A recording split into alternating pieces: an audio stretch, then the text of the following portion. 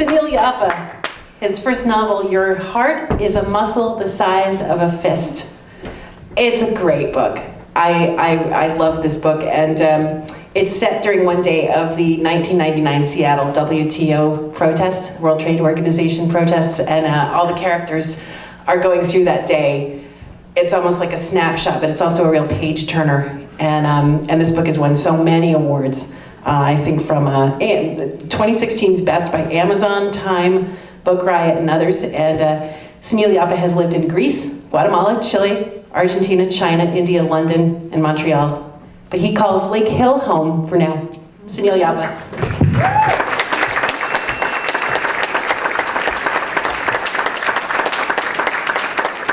Hi everyone. I think I'm the last one to come on, and I just have to say it's an incredible pleasure. Thanks, Robert. Another tall dude. Penultimate. Great. Okay, so well, it's a huge pleasure to be here. It's an honor to be invited. It's actually a necessity for me. I've been hiding out the last 2 months. I've been, I have a conversation, a group text with a couple of writer friends that just sort of petered off because every conversation would end in confusion or sorrow or disagreement in some way. And I just started texting one of those friends again, and she said to me, I don't have any answers, I don't have any wisdom, but you can call me whenever you want. And I think for me that's what this is all about. And it's wonderful to know that y'all are my neighbors. It's a little different than when I lived in central Pennsylvania. So I'm just going to read you a chapter from this book. There are 7 different perspectives. It takes place during the WTO protests. I'm going to read from a guy who's a former preacher. So the language is a little elevated, and I thought it would be a nice way to end the afternoon here. Penultimate. John Henry stood in the crowd, inhaling them through every pore, perfectly at rest, perfectly at peace. My people.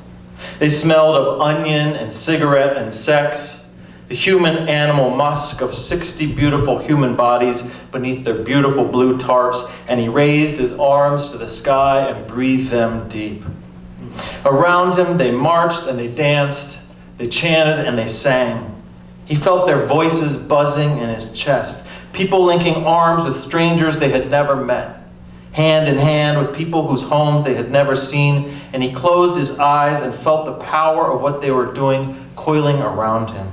Some force inexorably gathering around them here at the edge of the millennium, 1 month from the end of the American century. Look at him there, this 44-year-old man in a hand-woven cowboy hat and chunky black Medicare glasses, his red beard long and wiry like some mountain monks. This was a man with the days stitched into his skin. This was a man you could imagine in a dream of the Himalaya, high above the clouds where the granite falls away like glass. And you turn a corner and there he is, spinning a prayer wheel. Not from the Himalaya, but from Detroit, Michigan. Holy man of the Rust Belt, sacrament of iron and steel. Blessed be these assembly lines. Blessed be these tired hands. Look at his pierced ears and his crooked teeth. Check him there among the densely packed bodies, a humid funk to spark the morning air, and know if there was one place in the great, glorious, dying world he wanted to be, this was it, my people. John Henry had been one time a churchman, a storefront preacher, and inevitably it now seemed he had lost the church, but not the need. And here he was in the middle of it all, heart a broken clock spring in his chest, leading a chant. Ain't no power like the power of the people, and the power of the people don't stop. Say what? Ain't no power like the power of the people, and the power of the people don't stop. The American dream was dead. All those promises now just cold ashes between his people's chanting teeth, sitting heavy on their tongues. Instead, they said sustainable agriculture. Instead, they said global solidarity. Instead, they said, how beautiful is a seed, a tender green stalk of life. They wore hooded sweatshirts peopled with homemade patches. They wore bandanas slashed outlaw style across the mouth, a triangle from nose to chin, knotted at the neck. They ate bread and cabbage looted from dumpsters because it was a form of political protest. And he loved each one of them enough to die for them if it came to that, which it would not. He stroked his beard and heard them say, people are more important than prophets. People, they said, are more important than prophets. People are more important than prophets. And their words had the quality of midnight prayer, deep from the depths of another sleepless night, as if the right words might call forth a future where they need march no more. They said, we're going to shut those corporate motherfuckers down.